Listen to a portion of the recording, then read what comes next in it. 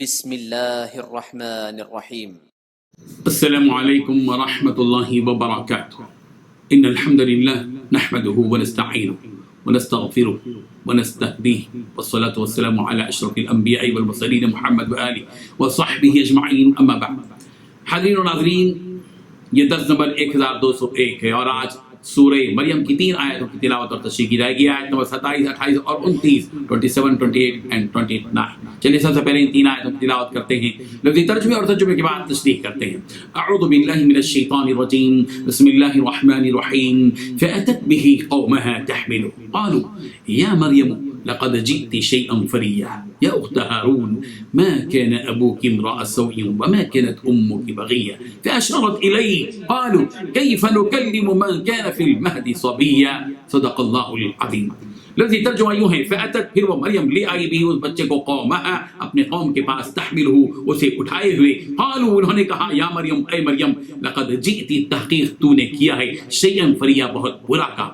یا اخت ہارون، اے ہارون کی بہن، ما کان ابو کی، نہ تھا تیرا باپ، امرأ سو، برا آدمی، وما کانت، نہ تھی، امو کی، تو تیری ماں، بغیہ، بدکار. فاشارت، تو مریم نے اشارہ کیا، الیہ، اس بچے کی طرف. قالوا، انہوں نے کہا، قالوا، انہوں نے کہا، کیف نکلم، کیسے ہم کلام کریں، من کان، اس سے جو، فی المہد صبیہ، گود میں بچہ ہے. ترجمہ یوں ہے، پھر وہ اس بچے کو اٹھائے ہوئے اپنی قوم کے پاس آئی. وہ کہنے لگے کہ مریم، تم نے تو بڑا غضب اٹھا دیا ہے. اے ہارون کی بہن، نہ تو تمہارا باپ کوئی برا آدمی تھا، نہ تمہاری ماں کوئی بدکار عورت تھی. اس پر مریم نے اس بچے کی طرف اشارہ کیا. لوگوں نے کہا، بھلا ہم اس سے کیسے بات کریں جو ابھی پالنے میں پڑا ہوا بچہ ہے. ان 3 آیتوں میں 5 باتیں بتلائی گئی ہیں. پہلی بات، پھر حضرت مریم اس بچے کو اٹھائے ہوئے اپنی قوم کے پاس آئیں. دوسری بات، لوگ کہنے لگے، اے مریم، تم نے تو بڑا غضب اٹھا دیا ہے. تیسری بات، اے ہارون کی بہن، نہ تو تمہارا باپ کوئی برا آدمی تھا اور نہ ہی تمہاری ماں کوئی بدکار عورت تھی. چوتھی بات، حضرت مریم نے جواب میں اس بچے کی طرف اشارہ کیا. پانچویں بات، لوگوں نے کہا، بھلا ہم اس بچے سے کیسے بات کریں جو ابھی گود میں پڑا ہوا بچہ ہے. بزرگان محترم، جب حضرت عیسیٰ علیہ السلام کی ولادت ہوئی تو حضرت مریم انہیں لے کر آبادی میں آئیں. وہاں قوم کے لوگ بھی موجود تھے. تو کہنے لگے کہ اے مریم، یہ بچہ کہاں سے آ گیا؟ ہمیں تو یہی معلوم ہے کہ تمہاری شادی ہی نہیں ہوئی ہے، تو معلوم یہ ہوتا ہے کہ یہ بچہ بدکاری سے پیدا ہوا ہے. نعوذ باللہ.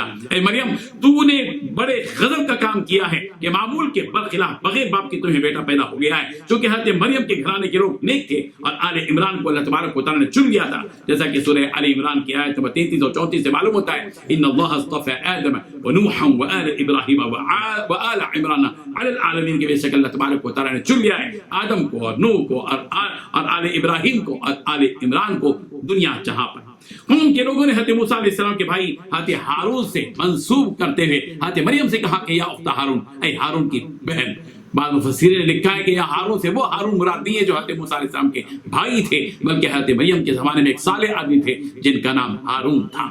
بہرحال قوم نے حضرت مریم سے یہ کہا کہ تم ایک پاکیزہ اور صالح گھرانے کی خاتون ہو، تم نے یہ کیا کر دیا؟ اور تمہارے ابا حضرت عمران بھی تو فاسق فاجر آدمی نہیں تھے، وہ تو اللہ کے چنندہ خاص بندے تھے، اور تمہاری ماں بھی سرکش نافرمان نہیں تھی. آخر تم نے یہ کیا حرکت کر دی اور یہ تمہیں بیٹا کیسے ہو گیا؟ حضرت مریم نے قوم کی تمام باتوں کا اپنی زبان سے کوئی جواب نہیں دیا، بلکہ اپنے نومولود بچے کی طرف اشارہ کیا کہ تم لوگ اس بچے سے پوچھ لو جو پوچھنا چاہتے ہو. حضرت مریم نے صرف اشارے پر اکتفا کیا اور اپنی زبان سے کچھ نہ کہا، اس لیے کہ حضرت مریم نے بات نہ کرنے کی منت مان لی تھی. لوگوں نے یہ گمان کیا کہ یہ مریم ان کے ساتھ مذاق کر رہی ہے. ڈانٹتے ہوئے سوال کیا، کیف نکلم من کان فی المہد صبیا، ہم کیسے اس بچے سے بات کریں جو ابھی گہوارے میں ہو.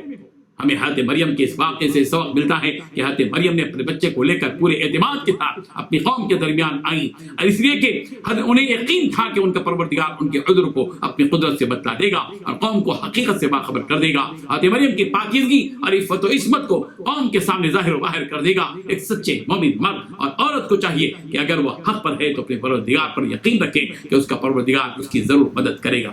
اس واقعے سے یہ بھی معلوم ہوا کہ ظاہری حالت کو دیکھ کر لوگ عموماً کسی پر جلد فیصلہ کر بیٹھتے ہیں اور غلط فہمی کی وجہ سے کسی پر تہمت لگانے میں بھی دیر نہیں کرتے، اور ایسے لوگ آخرکار نادم اور شرمندہ ہو جاتے ہیں. اللہ تبارک و تعالیٰ ان واقعات سے ہم سب کو سبق حاصل کرنے والا بنا دے. وآخر دعوانا ان الحمد للہ رب العالمین.